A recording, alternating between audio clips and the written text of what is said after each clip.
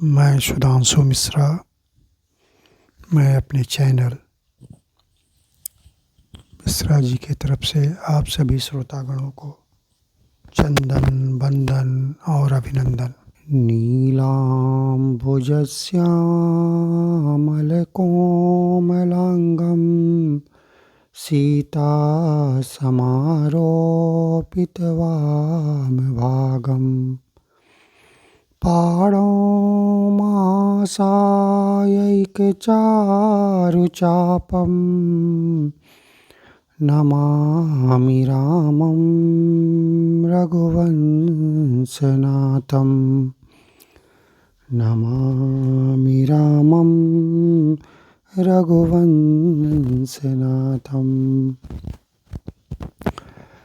प्रिय श्रोतागण,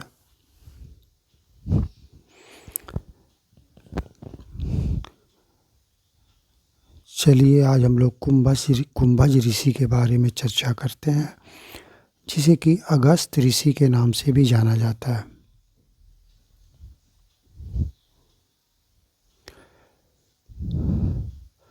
मित्र और वरुण दो देवताओं द्वारा उर्वशी के रूप पर सम्मोहित होने के चलते जो वीर स्खलित हुआ, कालांतर में उसे एक घड़े में एकत्रित कर दिया गया और उसी घड़े से कुंभज ऋषि का जन्म हुआ। चूँकि उनका जन्म कुंभ मतलब कि घड़ा होता है, कुंभ में हुआ, इसीलिए उनका नाम कुंभज ऋषि हुआ।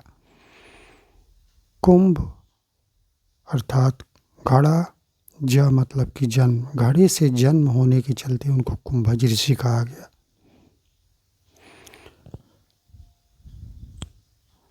बाद में विंध्याचल पर्वत को बहुत अहंकार हो गया और वो अहंकार के चलते अपनी ऊंचाइयों को इतना बढ़ाने लगा कि सूर्य की रोशनी धरती पर ही नहीं आ रही थी। इसके चलते पूरे सृष्टि में हाहाकार मच गया। देवताओं के अन्य विनय के बाद अगस्त मुनि ने अपने प्रभाव से विंध्याचल को दबा करके नीचे कर दिया, उसके अहंकार को तोड़ दिया। और विंध्याचल के अहंकार को तोड़ने के बाद उनका नाम अगस्त मुनि पड़ा। ये बहुत ही विद्वान और बहुत ही महान ऋषि थे। उनकी बहुत ही प्रसिद्ध पुस्तक है जिसे अगस्त संहिता के नाम से जाना जाता है।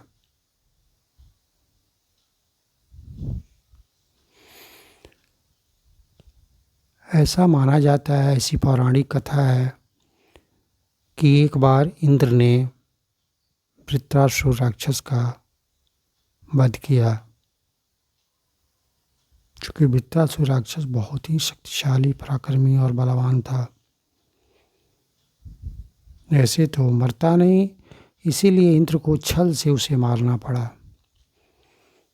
वो तो मर गया, लेकिन उसके जो दो सेनापति थे वो जाकर के समुद्र में छिप गए। चूँकि राक्षस मायावी हुआ करते थे, अपने मायावी शक्ति और अपने तपोबल से वो इतना ज्ञान अर्जित कर लिए कि समुद्र के पानी में नीचे जाकर के छिपे रहते थे। दिन भर छिपे रहते थे। जैसे ही सूर्यास्त होता वो निकल करके और ऋषि मुनियों का, देवताओं का वध करना शुरू कर देते। इससे देवतागण बहुत परेशान हो गए थे। चाह करके भी वे उनको हरा नहीं सकते थे, उनको ढूंढ नहीं सकते थे, क्योंकि वो पानी के अंदर छिपे रहते थे। इससे तंग आकर के सारे देवतागण विष्णु भगवान के पास पहुँचे और विष्णु भगवान ने देवताओं को सलाह दी कि ये तभी संभव होगा जबकि अगस्त ऋषि प्रसन्न हो। इसके लिए सारे देवतागण अगस्त ऋषि के पास जाकर के विनती की, करवध प्रार्थना किया। अनुनय विनय करने के बाद अगस्त मुनि इसके लिए प्रसन्न हुए क्योंकि विष्णु भगवान जानते थे कि समुद्र का पानी यदि कोई पी सकता है तो अगस्त मुनि ही है, दूसरे किसी में ऐसी क्षमता नहीं है। क्योंकि वो अपने जप तप योग बल यज्ञ इत्यादि कर्मों से अपने अंदर इतनी शक्ति अर्जित कर लिए थे कि सिर्फ और सिर्फ वहीं समुद्र का पानी सोख सकते थे। देवताओं के अन्य विनय के बाद अगस्त मुनि ने वैसा ही किया और उन्होंने समुद्र के जल को सोख लिया, पूरा पी लिया, जिसके चलते वृत्रासुर के दोनों सेनापति मारे गए। अब आपके दिमाग में ये बात आ सकती है, मेरे दिमाग में भी ये बात आ सकती है, समुद्र का पानी तो उन्होंने पी लिया, फिर समुद्र जलमग्न कैसे है? उसके बाद फिर विष्णु भगवान ने देवताओं को सलाह दी कि भागीरथ, एक वक्त आएगा कि भागीरथ जो हैं वो स्वर्ग से गंगा को नीचे बुलाएंगे और उसी गंगा से पूरा समुद्र जल से भर जाएगा।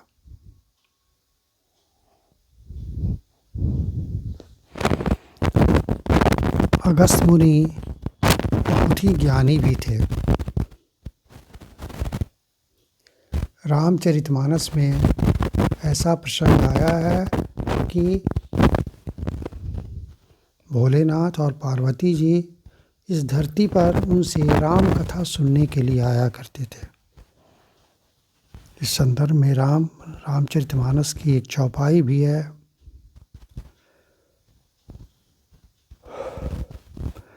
एक बार त्रेता जुग माई, शंभु गए कुंभज ऋषि पाई। संग सती जग जननी भवानी, पूजी ऋषि अखिलेश्वर जानी।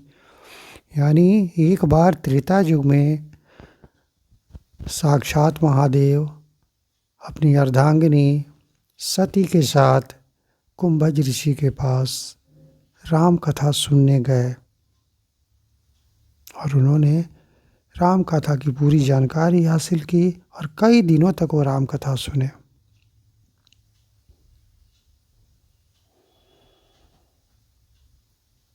दूसरी तरफ उनकी आंतरिक शक्ति भी इतनी मजबूत थी कि एक प्रचलित कथा है कि दो असुर थे, आतापी और प्रतापी।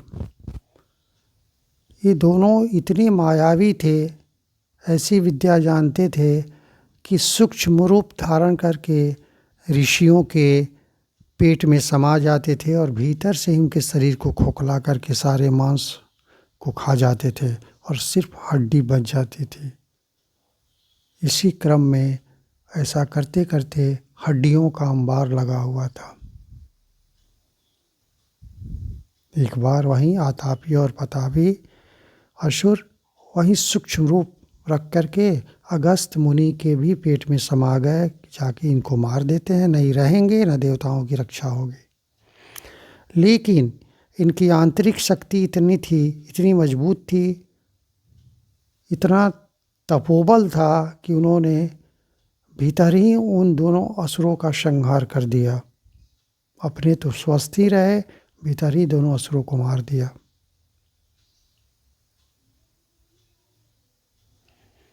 कहने का तात्पर्य है कि हमारे सनातन धर्म में एक से एक ऐसे तेजस्वी, ओजस्वी, बलवान, तप से परिपूर्ण, इतने एक से एक ज्ञानी ऋषि हैं जिसकी गणना की जाए तो कम ही पड़ेगी।